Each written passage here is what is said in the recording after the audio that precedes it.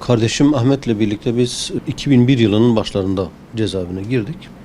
Tabii cezaevine girdikten sonra 17 günlük bir işkence süreci geçirdik. 17 gün gözaltında kaldık. İkimize de çok ağır işkenceler yapıldı. Diyarbakır önce E tipine, sonra da oradan da D tipine gönderildik.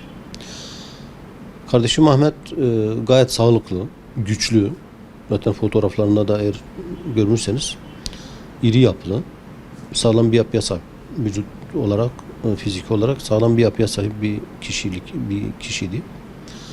Haliyle cezaevinde yaşanan sıkıntılar, stresler insanın bünyesinde olumsuzluklara sebebiyet veriyor. Ahmet bir müddet sonra mide hastalığına yakalandı. Revir doktoruna gidiyordu. Hani monoton bir hal alan, işte bir şekil alan bir reçete yazıyor, belli ilaçlar falan. Sonra baktım bu ilaçların dozu arttırıldı. Yanında bazı haplar vardı. Bunları işte günde birkaç kez, hemen hemen her yemekten önce veya sonra bunları kullanıyordu. Hatta bir ara kendisini uyardım. Kardeşim dedim, sen bu ilaçlarla kendini perişan ettin. Bu kadar ilaç kullanman öyle seni ilk etapta rahatlatıyorsa da, fakat mutlaka bunların yan etkisi olacaktır. Doktora görünüyorsun. Doktora bu ilaçların geçici bir rahatlık verdiğini söyle. Seni işte dışarıdaki hastanelere sevk etsin. Daha ciddi tetkikler yapılsın. Yani bu işe yani sen bu hastana biraz önem verirsin diye doktora söylenmesini birkaç defa kendim de söyledim. Abi diye anlatıyorum. Fakat doktor bu ilaçları yazmakla yetiniyor. Tabii ben tahliye olduktan sonra işittim ki hastalığı daha da ilerlemiş, daha da ağırlaşmış. Yine cezaevi idaresi niye dikkat etmiyor, niye önem vermiyor diye kendisine yönelik bazı şeylerimiz olduysa da işte gidiyoruz, anlatıyoruz. Fakat doktor bu ilaçları vermekle yetiniyor diye cevap veriyordu. Daha sonra aniden hastaneye kaldırıldığını duyduk. Ve zaten hastanede yapılan tetkikler neticesinde mide kanserine yakalandığı ortaya çıktı. Yani birkaç gün zarfında o hastalığın neredeyse vücudun büyük bir kısmını sardığını gördük. Doktorlar bunu hemen anladı birkaç gün zarfında.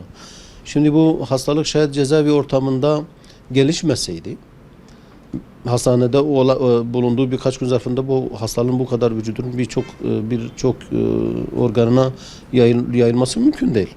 Velev ki ne kadar kötü hücreli denilen hastalık da olsa bunun bir öncesi var. Dolayısıyla Ahmet'in de hastalığı ilerledikten sonra onu dışarıdaki hastanelere gönderdiler ve zaten hastanede tahlilleri yapıldıktan sonra da neticede vücudunun büyük bir kısmını sardı ortaya çıktı. Kısa bir müddet tedavi edildikten sonra İstanbul Adli Tıp'a gönderildi. Kendim götürdüm, uçakla gittik geldik falan. Zaten orada hemen bütün birimler, adli tıp uzmanlarının hepsi ortak kararla bunun artık bu şekilde zaten cezaevinde kalamayacağını ve hastalığın neredeyse son aşamasına geldi. Yani bir nevi artık bu hastanın kısa bir süre yaşayabileceği kararına vardılar ve infazını durdurma kararı verildi. Yani o adli tıp uzmanlarının verdiği rapor neticesinde cezaevi heyeti, cezaevi idaresi infaz durdurma kararı verdi. İnfaz durdurma ne demek? Bu hasta işte dışarıya çıkacak, tedavilerini sürdürecek. Bir müddet sonra, 6 ay sonra, işte 9 ay sonra şayet hastalığında bir iyileştirme olursa tekrar cezaevine girecek, yatacak ve işte tedavisini tekrar cezaevi ortamında sürdürecek. Böyle bir garabet var, böyle bir zulüm var, böyle bir haksızlık var. Bu infaz durdurmaz onayından kararından sonra zaten eve gönderildi. İşte gün be gün tabii eriyordu yani. O gayet böyle iri yapılı kardeşimiz gün be gün eridi. Bu durumda işte 3 ay devam etmedi, vefat etti. Şimdi biz bunu bizzat yaşadık. Cezaevi ortamında hastalanan mahkumlar maalesef önemsenmiyor. Eğer yani yasalara göre, devlet yasalarına göre bir kişi suçlu olabilir. cezaevine konulacak, cezasını çekecek. Fakat hastalık gibi bir durumla karşı karşıya kaldığında olması gereken neticede bir insandır. Mahkum da olsa sana emanettir. O cezaevi idaresine emanettir. Devlete emanettir. Yasalarına göre bir suç işlemiş olabilir. Ama sen orada onun geçimini de sağlamak durumundasın. Hastalığını tedavi edilmek durumundasın. Fakat maalesef özellikle de bu mütedeyyin mahkumlar için böyle bir durum söz konusu değil. Ondan sonra da birkaç mahkumun bu şekilde vefat ettiklerini biz duyduk. Ahmet hani hastalığıyla birlikte şayet dışarıdaki doktorlara gönderilseydi, gerçekten daha hastalığı vücuduna yayılmadan veya tam olgunlaşmadan o hastalık tedaviye girilseydi belki bu neticeyle karşılaşmazdık yani. Cezaevi ortamı zaten hastalık üreten bir ortam. Tedavileri de yapılmayınca, uygun ilaçlar verilmeyince, uygun işte belki beslenme anlamında uygun yemekler, uygun gıdalar verilmeyince tabii bu da hastalığı artırıcı sebeplerdir. Maalesef kardeşim cezaevi ortamında bu şekilde yani tedavi anlamında söylüyorum sahipsiz bir şekilde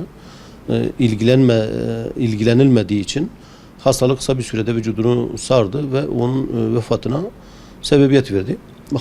Gencecik hanımı işte dul kaldı. 4 tane çocuğu işte babasız kaldı, yetim kaldı. Suçu neydi işte? Efendim camide ders vermektir veya işte İslami bir hayat yaşamak ve anlatmaktır. Kardeşim bu şekilde vefat etti. Yani hem cezaevi idaresinin ihmal kararından dolayı hem işte dediğim gibi gerekli bir tedavi görmediğinden dolayı. Ondan sonra benim bildiğim, tanıdığım birkaç mütedeyyin mahkum daha o şekilde o ihmalkarlıklardan dolayı işte vefat etti. Günümüzde de hala hastanelerde, cezaevlerinde hastalıkları ilerlemiş durumda olan hastaları biliyoruz.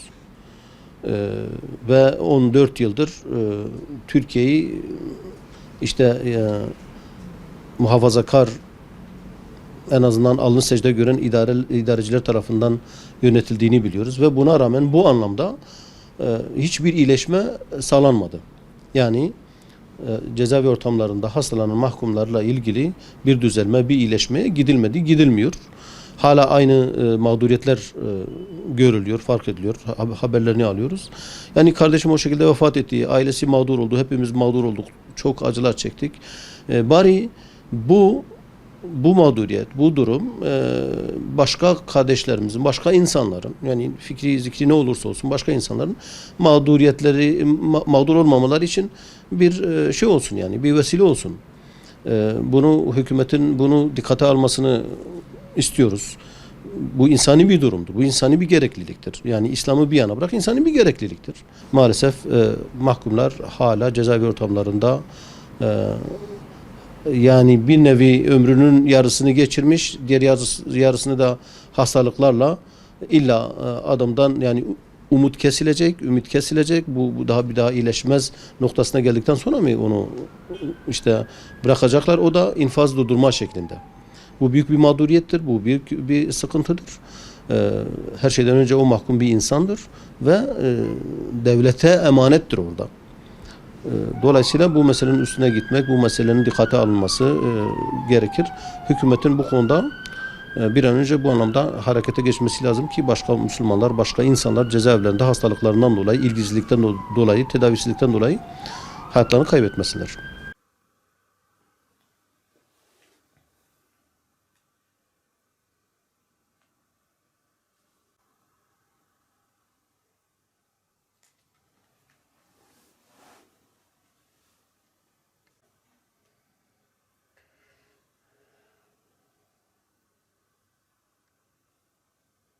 Bu da İslam'ı keti hapsi 2001'de keti o 6 سال تیدا نخوش کرد ولوریش گوی خو ندانه وانه کی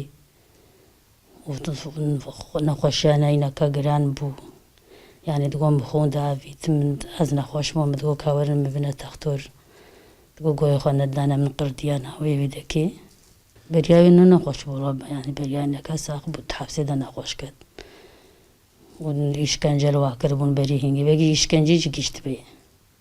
Pişti hapsede kadın ve onu ve anne ki masana hoş. پشتیش خو رحمت کرد خو زانو حتی درومای نکانی زانبون هوج راد بیچه هیوی ده بردن هیوی ده رخصتن وی ما بر تقطورا درانه کی یعنی گو پیشی پرس بکر بونا بلکه یعنی المیدای هاو قاسی بلا نبونا تقطورا گو پیشی یعنی بردا بونا تداوی کربونا بگه هاو قل میدای تیوی بلا نبونا بلکه باشی بونا یعنی برندان اکنه کرن گوی خو ندانی حتی نگو تام زانبون جا emrine heca be okırın. Heberdan, hej marabotun. Babam yakalandığında biz küçüktük, yani annesiz, yani babasız büyüdük biz. Annem bizi zor şartlarda büyüdü. Zaten babam hastanedeyken, yani cezaevindeyken hastalandım.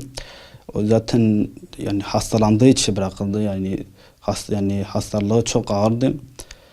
Yani zaten benim babam şey oldu, vefat etti, bari şu an hasta, yani cezaevinde olan abilerimiz derhal bakılmasını istiyoruz.